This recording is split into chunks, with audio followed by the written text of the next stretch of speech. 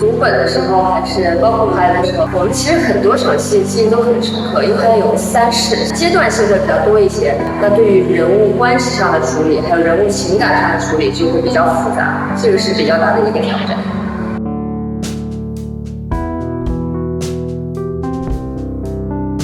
李素素、叶希雾虽然是一个人，但中间有桑九前妻，还有桑九魔化。碰到这个角色，碰到这个戏，因为它有3个不同的过程，3个不同的人物性格。他现场情绪感染力和表演方面都是没得说的，他能够让你相信他就是叶希雾，他就是李素素。只有一个人相信谭台镜。开篇就是林素素的师门被谭台镜屠了嘛，所以他回到500年前，把他的血骨抽出来，让他变成一个好人，这样他才能扭转因果吧。叶希雾是黎苏苏破壳而出之前，元神历劫时某一世的化身，聪慧、勇敢、善良。老实交代，是谁派你们来谋害我的？是可以信赖和依靠的女生。比如说前期她在府里硬着嘴去欺负谭台镜，在府里面护着谭台镜。为什么要打人？你是我的人。然后2个人欢喜冤家斗嘴。你放开我！非常有印象的就跳城楼这场戏，城楼之上雷劫之中，叶希雾要告诉谭台镜，因为你是魔神啊。我是魔神。这样整个大一段戏，演员要把它整个非常饱满的演出来，是极其不容易的。你不会再成为魔神。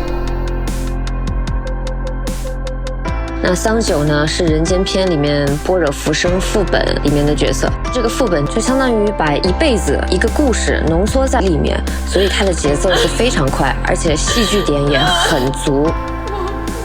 还是桑九甘愿堕魔。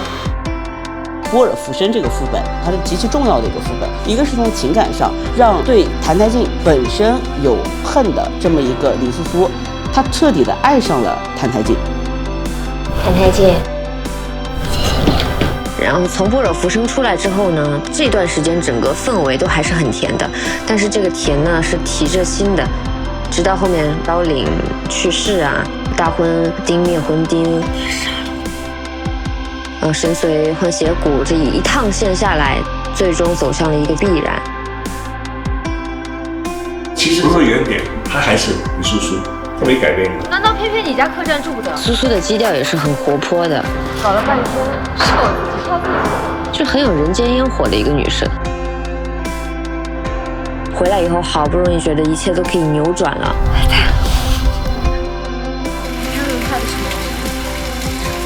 可到头来，好像又回到了原点的感觉。我生来就是魔神。就是那一刻，其实黎素苏是非常难受。在这个过程中的表现，然后其实这个也是个趣味点，让观众觉得会不会黎素苏的东西表现成叶希雾的时候，但是他可以把2个角色同时在分演出来。那我们有很多重情绪的戏，离别啊、仇恨啊之间的。这段时期就是进行了一下角色创作。演员的演技是一个整体的剪接，我们可以很多的角度、很多的节奏可以补充这做剪接。有时候我觉得，这个还是可行，或者要求再来一个。原来他也许这样把握得到他自己要的地方。这个也蛮好的。我是喜欢在现场做感觉的。非常开放性的一起探讨各种的可能性，角色诠释到的活灵活现，非常的专业跟敬业，很爱自己的角色。可能我之前的戏打戏比较多嘛，然后导演就说：“哎呀，你能打，我看过。”我觉得有时候很敬业的，他会很准确的交给你，他就很直爽，准备好就拍，会把对方真正当作是剧本里的那个角色，他的一个眼神，他的一句话，不会觉得他在是白目，你觉得他就是叶希。就我们2个当时都特别冷，桑九他那个魔化装扮是露胳膊的，露露他当时已经拍完了，但是他坚持留下来帮我搭词，其实是让我非常感动的。业务能力好，然后又好相处。他在现场可以调动起大家的情绪，他在塑造角色上也是非常下功夫。他现场就一直去琢磨怎么去表演，通过沟通去揣摩这个角色，去呈现这个人物。Hello， 大家好，我是演员白露，在《长月烬明》中饰演黎素苏、叶希雾、桑九。